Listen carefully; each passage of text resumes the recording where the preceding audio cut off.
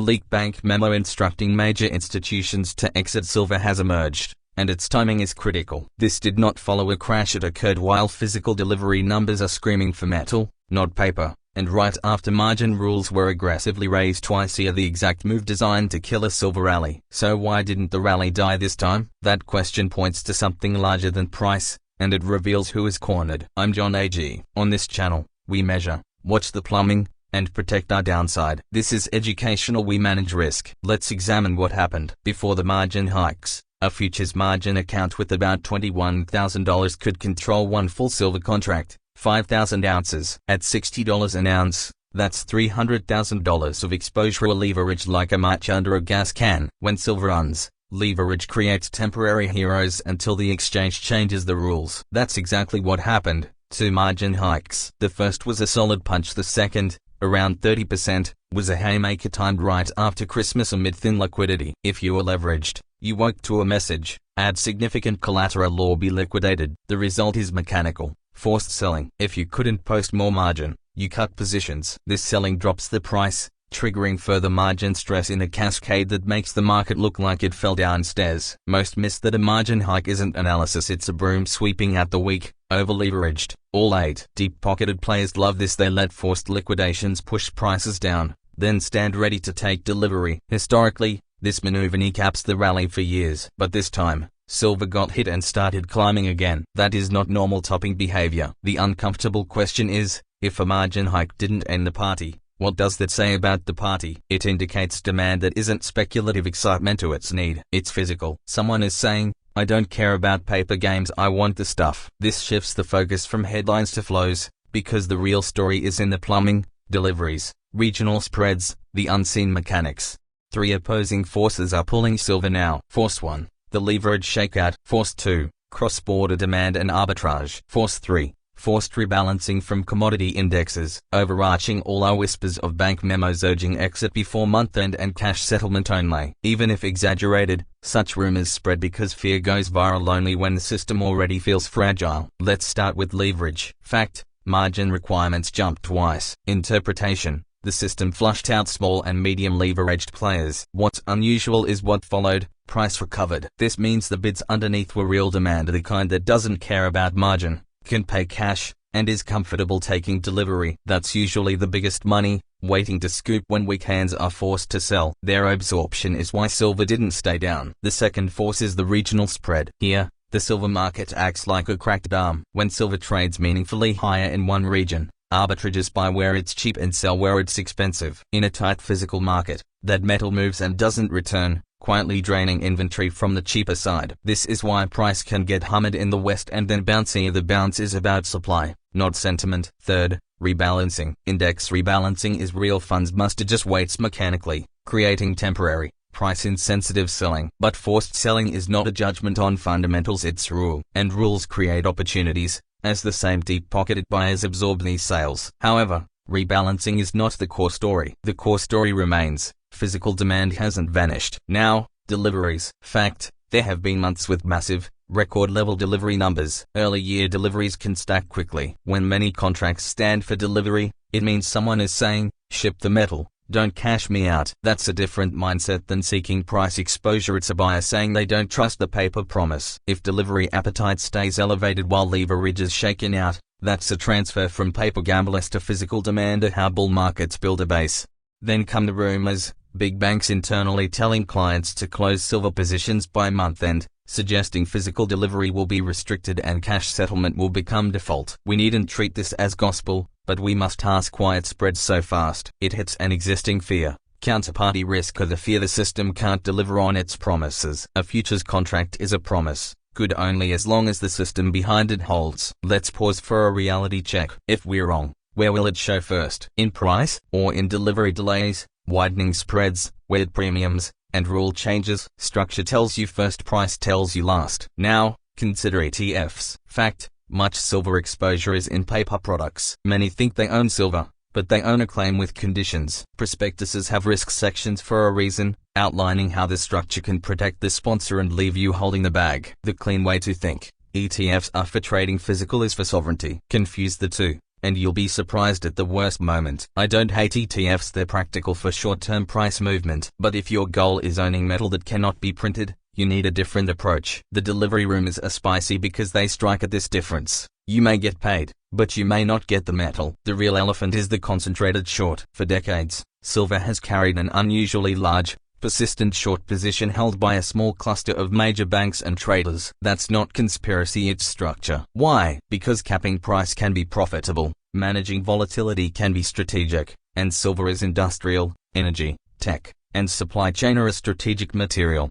The paper market is designed as a river of claims, not a warehouse of metal. It relies on most never asking for delivery. Elevated delivery appetite tests the system. When tested, the system responds with rule changes, higher margins, more cash settlement for your safety policies. Every time silver threatens to break loose, a pattern emerges, price spikes, leverage piles in, margins rise, price gets smacked, headlines scream top is in, and strong hands quietly take metal.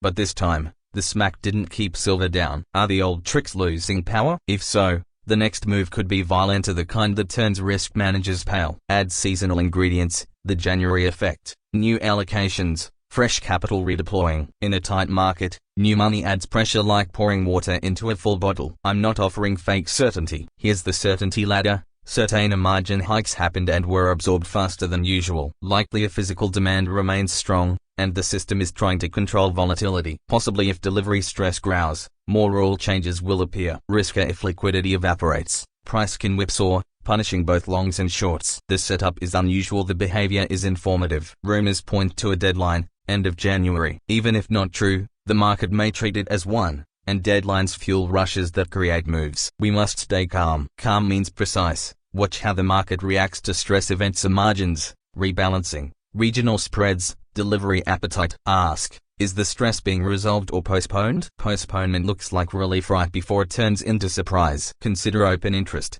the number of outstanding contracts. It matters because it shows how crowded the trade is. When open interest stays elevated while inventories are tight, many paper claims are stacked on a limited physical base. That's when small disruptions become big stories. Silver feels like a heart monitor because it's a leveraged market sitting on a physical constraint that creates volatility. The structure is fragile. When silver gets hammered by forced selling, buyers show up, not the dip-chasing type, but those happy to accumulate when price drops. The market becomes a battlefield. Paper players pushing price down, physical demand pulling it up. This tug-of-war makes charts look insane. People get wrecked treating silver like a normal stock. It's a war between leverage and inventory. The common mistake is waiting for certainty, for the headline confirming the breakout. By then, the move is gone, and they chase the top, get margin hiked, and become liquidity for strong hands. We don't gamble, we measure. What to watch now? First, margin policy and how quickly the market absorbs it. If price keeps recovering after hikes, forced selling is being absorbed. Second, regional premiums. A wide spread signals the physical market is still pulling metal. Third, delivery appetite. More contracts standing for delivery signals undiminished desire for metal. Fourth,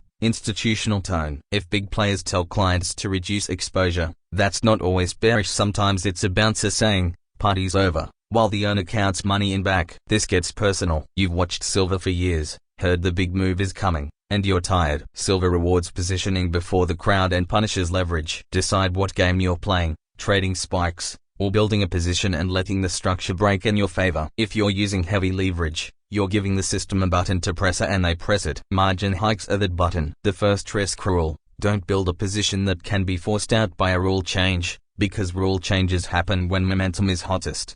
Address the cash settlement only fear. Fact: paper structures often allow cash settlement, with clauses protecting sponsors. Interpretation: in a stress event, the system prioritizes stability over your preference for metal. Possible risk: if too many demand physical, cash settlement becomes common. The emotional truth: people buy silver because they don't trust paper. If paper says we'll settle in cash, it confirms their fear, creating a feedback loop. More demand for physical, more stress, more rules, more anger, more demand. That's how confidence collapses. Asia matters. Every time Western paper smacks price down, a buyer elsewhere says, thank you. They view dips as supply events. Combined with a regional premium, this creates a vacuum. Metal flows, inventories tighten, paper markets feel like a stage set. Here's a contradiction. If silver is just a commodity, why such extreme positioning? Persistent concentrated shorts, rules changing at momentum peaks, obsession with controlling volatility. Commodities aren't treated this way unless something important is being managed. The real question isn't is silver going up, it's what is being protected. If the answer is the paper structure, understand where you sit in it. Think of the paper silver market as a casino selling chips. Most trade chips few ask to cash out in gold bars. If many demand bars and the casino doesn't have enough,